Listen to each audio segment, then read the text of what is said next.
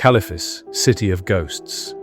The adventurers crested the final rise before the river path, and there it was, Caliphas. The city was a labyrinth of towers and chimneys.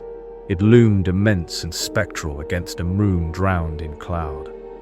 Its skyline seemed alive, a restless creature of spires and smoke. The fog from Lake Carthan mingled with the vapors from its streets, wrapping the whole in a trembling pallor of light and shadow. At the gates of Castle Balatz, gargoyles crouched atop their pillars, massive, leering things whose eyes glimmered with a dull red ember. The guards below them stood in armor black as tarnished glass, halberds crossed before the threshold. No words of challenge, no motion, save the faint curl of fog at their boots. Greylin's hand rested lightly on the curve of his scimitar, the gesture habitual but taut. Angelica shifted the weight of her twin short swords beneath her cloak.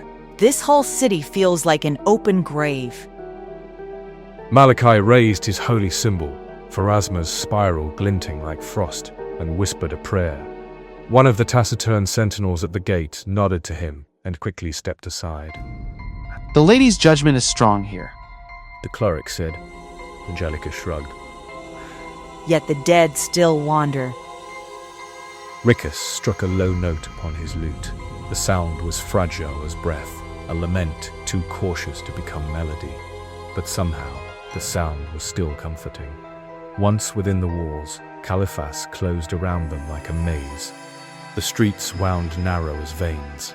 The cobblestones were slick and treacherous beneath a shimmer of rain.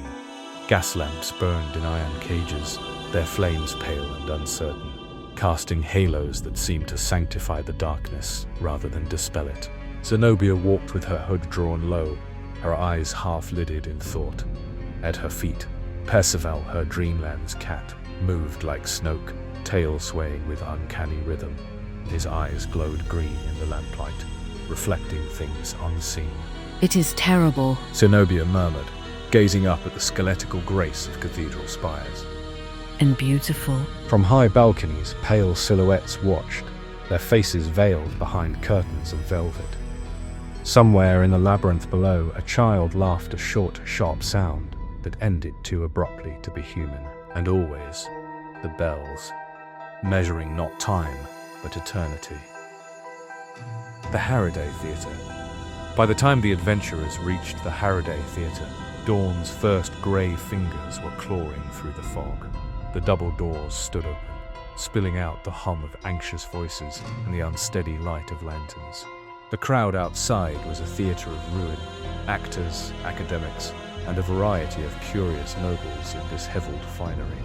They whispered, made the spiral of the goddess, and stared at the threshold as though it led not into a building, but into a wound. Inside, the foyer was chaos. Shattered glass glittered underfoot. A wall had collapsed inward, its marble face clawed open by something with monstrous strength. Blood streaked the tiles in violent arcs.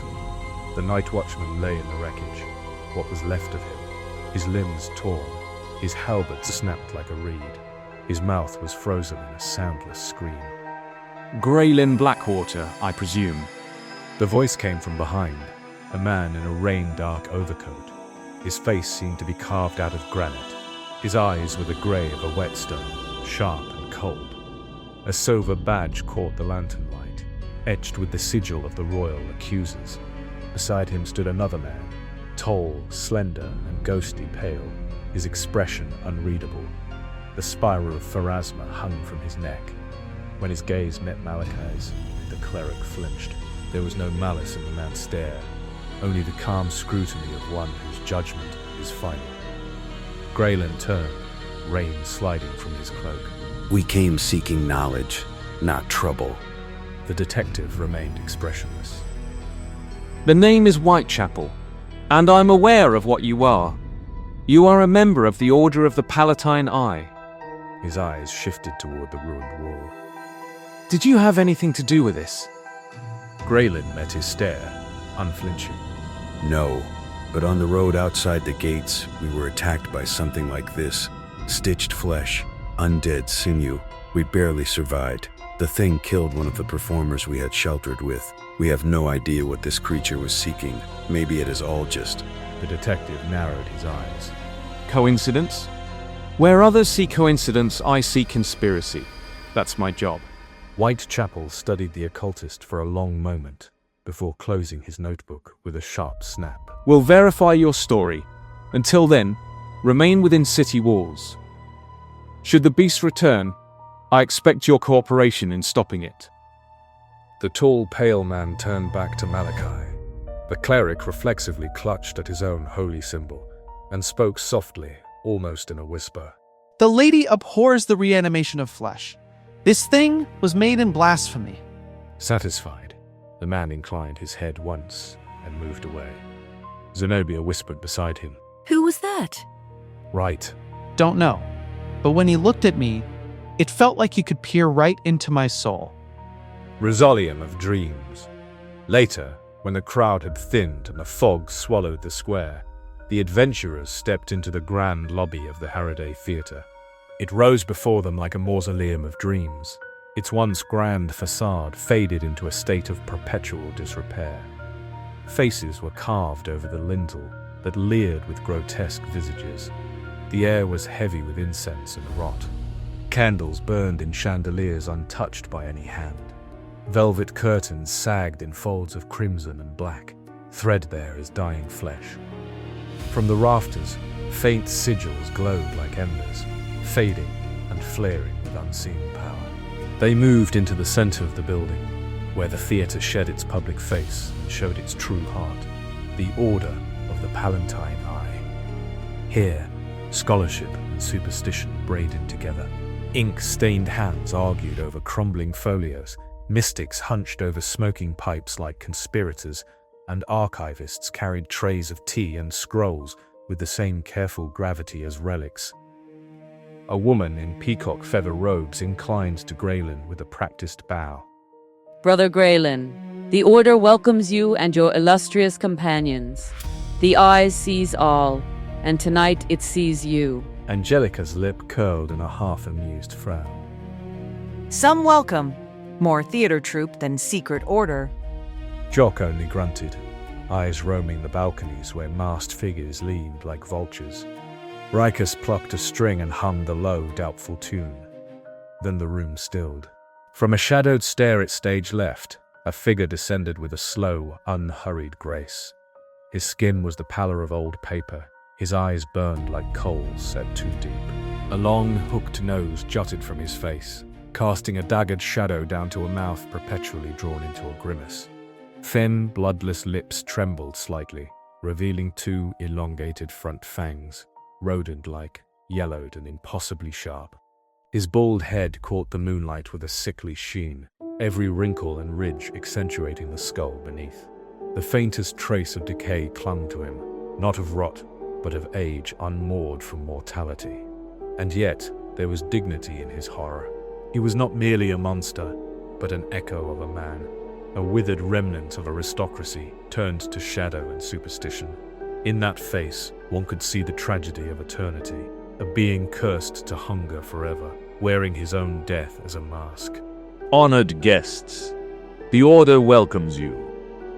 He bowed to Graylin, then looked at the others carefully.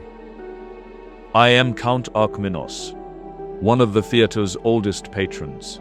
Malachi's fingers tightened around Pharasma's spiral. Zenobia inhaled sharply. Percival arched, fur bristling along his spine in a low, animal alarm felt more than heard. Graylin forced a bow. Count Arconis, good to see you again. The Count's smile revealed a hint of fang. Masks suit this theater, but we must learn which to wear and which to tear away. Around them, the Order resumed its activities as if nothing unusual had happened. A blind seeress giggled behind her veil. A young scholar scrawled feverish diagrams of the moon with impossible towers. An alchemist fussed over a cauldron of glowing ichor. From the upper rail, a woman dropped down with a dancer's ease, scattering loose papers at her feet. She was slight, eyes bright and a little mad with curiosity. Percival leapt to her knees and began to rub his head against her shins. She reached down and crooned in delight. Ah, a beautiful and noble traveler. Graylin gestured towards the woman. This is Luna. The woman laughed, gathering her esoteric sketches. I see that you have come for the Dreamlands. She announced, like a hostess announcing an evening's entertainment. Dangerous, of course, particularly for novices. You will learn, or you may die. In fact, you may die many times. But even so, I will prepare the path. She turned to Graylin. Practicalities first. The ritual requires a locus, some object to serve as an anchor. I assume you have found the ivory staircase? Very good. It is tied to both worlds. Then, reaching down to stroke Percival again, she murmured quietly. And protect me, little one, while the veil is thin. There are things that don't like me very much in there. Monsters in the attic. That night, the adventurers slept in a narrow annex adjoining the theatre, a place of warped beams and cold stone that creaked with memory. Graylin, who rarely slept even in safety, had withdrawn to the library, lantern burning low as he traced sigils and old annotations in his notes. Doc lay awake beneath a moth-eaten blanket, thoughts grinding like millstones. The harder he tried to rest, the more his mind rebelled. Images of stitched flesh, screaming faces, the dull metallic scent of fear. At last he rose and stepped out into the chill air. Mist lay heavy in the alley behind the theatre, swallowing sound. There, through the fog, 3 silhouettes moved in silence. Tall, deliberate, too graceful to be human. One turned. Even at a distance, Jock felt the gaze like a hand upon his mind. The figure made a small motion, 2 fingers raised, a subtle curl, and a strange calm poured through him. The unease drained away. The night seemed soft and harmless. He turned back toward the annex, lulled by that false serenity. But halfway up the stair, the stillness shattered. A prickle of dread cawed up his spine. He spun, heart pounding, the echo of the gesture still burning behind his eyes. Something's wrong, he muttered, and went to wake the others. Moonlight spilled through the shattered roof of the old theatre like fractured glass, silvering the dust. In the attic above, Count Archiminos sat hunched over a cracked desk. The ancient Nosferatu's hands trembled as he carved protective runes into the wood, each glyph flickering once before dying. Graylin reached the base of the ladder with the others close behind. You heard it too? He asked. Jock shook his head. Didn't hear. Saw. 3 of them. Something's not right. Angelica climbed past him, blades ready, her breath misting in the cold air. Then, the silence broke. From the rafters above, 3 shadows slid downward, vampire assassins, their armor black leather slick with oil, blades glinting faintly with poison sheen. Graylin's scimitar sang as he drew it, the blade alive with magical hum. One assassin lunged for the Count. Angelica intercepted, steel shrieking against steel, sparks spilling through the gloom. She twisted, drove her knee into her foe's ribs, and sent him staggering. Archiminos raised one thin hand. Invisible force seized the attacker, hurling her through a wooden wall. She vanished with a crash into the dark below. Another vampire dropped toward Malaki, fangs bared. The cleric raised Pharasma's spiral, and light, pure, searing, burst outward. The creature screamed, face blistering beneath the holy glow. "Back to the grave, leech!" Malaki yelled, slamming his mace into its chest with thunderous force. The third assailant darted toward the Count but met Jock's hammer mid-stride. The impact cracked ribs and floorboards alike, hurling the vampire into a heap of forgotten costumes. Not tonight! Jock snarled, breath steaming in the cold. From the shadows, Rikus lifted his horn and blew a single resonant note. Magic rippled outward, his voice following like a commandment. By the ancient runes this bond is made, with Torag's breath upon thy blade. Blood of wolf and iron will, let fear be broken. Strike to kill. The war cry set their spirits aflame. Zenobia extended her hands, murmuring syllables of ice and moonlight. A storm of razor frost erupted from her palms, shards spiraling like meteors. The final vampire shrieked as the spell struck, frost blooming across his chest, pinning him to the wall in a sculpture of frozen death. The last fiend staggered upright, snarling, blood steaming from his mouth. Malachi advanced, holy light burning from his hands. Ricus's chant rose again, twining with the heartbeat rhythm of battle. Then the Count made a subtle motion. The assassin's head snapped back violently, his body jerking like a puppet with its strings cut. A dry crack split the air. The creature crumbled into ash. Silence settled. The dust drifted, catching in the moonlight. The Count returned to his desk without a word. He smoothed his papers, straightened a quill, then looked up at them with weary poise. "You have my gratitude," he said at last. "Please be my guests for dinner. Midnight will suffice." He dipped his pen again, the faint scratching resuming as though nothing at all had occurred.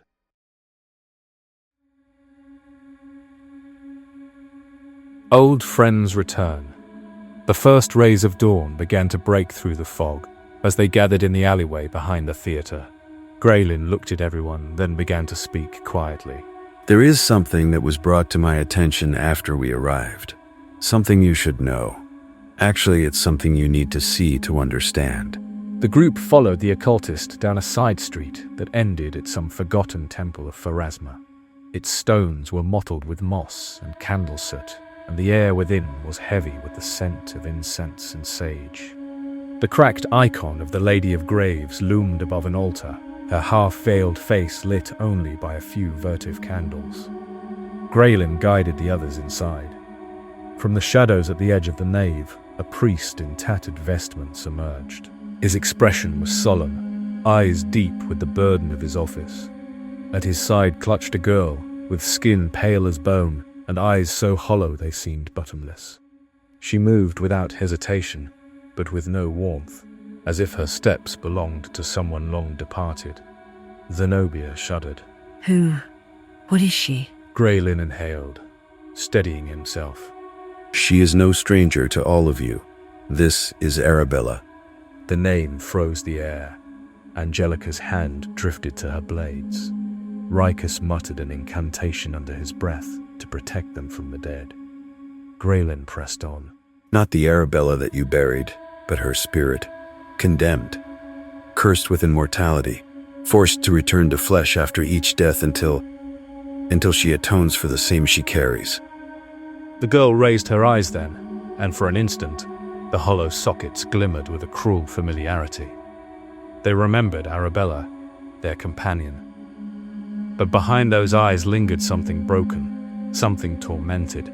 Malachi's grip on his holy symbol whitened. What sin binds her so? What offense can weigh so heavily against Pharasma's scales? Graylin's voice trembled.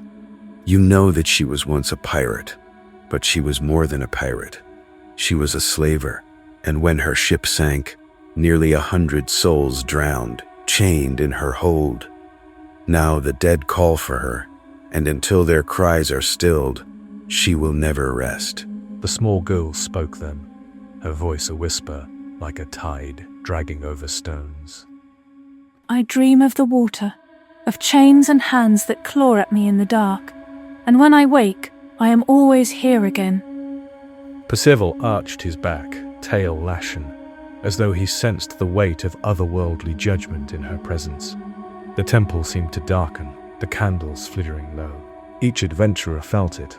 Arabella's presence was both a wound reopened and a promise of reckoning. They were together again, but what had returned to them might never be free. The Count beckons.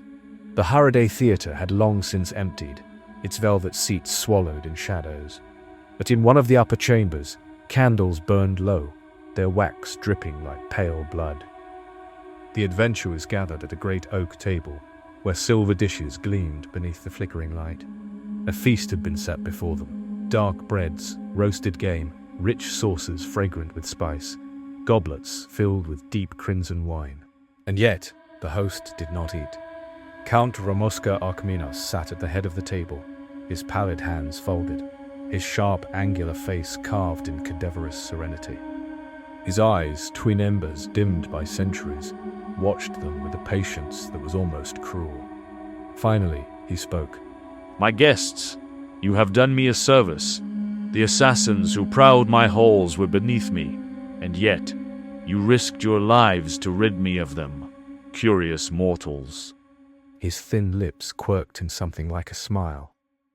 You know, of course, I could have slain them with a mere gesture. But courage such as yours, it is rare, and I am not blind to it. The adventurers shifted uneasily. Zenobia sipped at her wine with trembling fingers. Angelica ate nothing, her eyes never leaving the Nosferatu's face. Jock leaned back stiffly, his wound still bound beneath his armor. Count Archminos leaned forward slightly, the candlelight painting his face into a skull's grim mask. This path you follow, the Dreamlands, it is no gentle walk. There are doors there that open only to those who dare, doors that might never close again. From within his robes, he produced a small folded paper, its parchment dry and brittle as old skin. He placed it on the table with deliberate grace. At the bottom, scrawled in spidery ink, was an address, a nondescript street in Caliphas. Go to this address, he said softly. There you will find a proprietor most accommodating. Tell them you are friends of the Count. That will suffice. The party exchanged uneasy glances. The Count rose then, his cloak whispering like a funereal shroud. Enjoy the meal. Though it does not tempt me, I trust it will fortify you. His gaze lingered, not on their faces, but on their throats, their pulses drumming in the night. Then he turned, moving toward the balcony doors. The moonlight swallowed him as he stepped into the night air. Then he vanished into the shadows. Somewhere out in the distance, a bell tolled.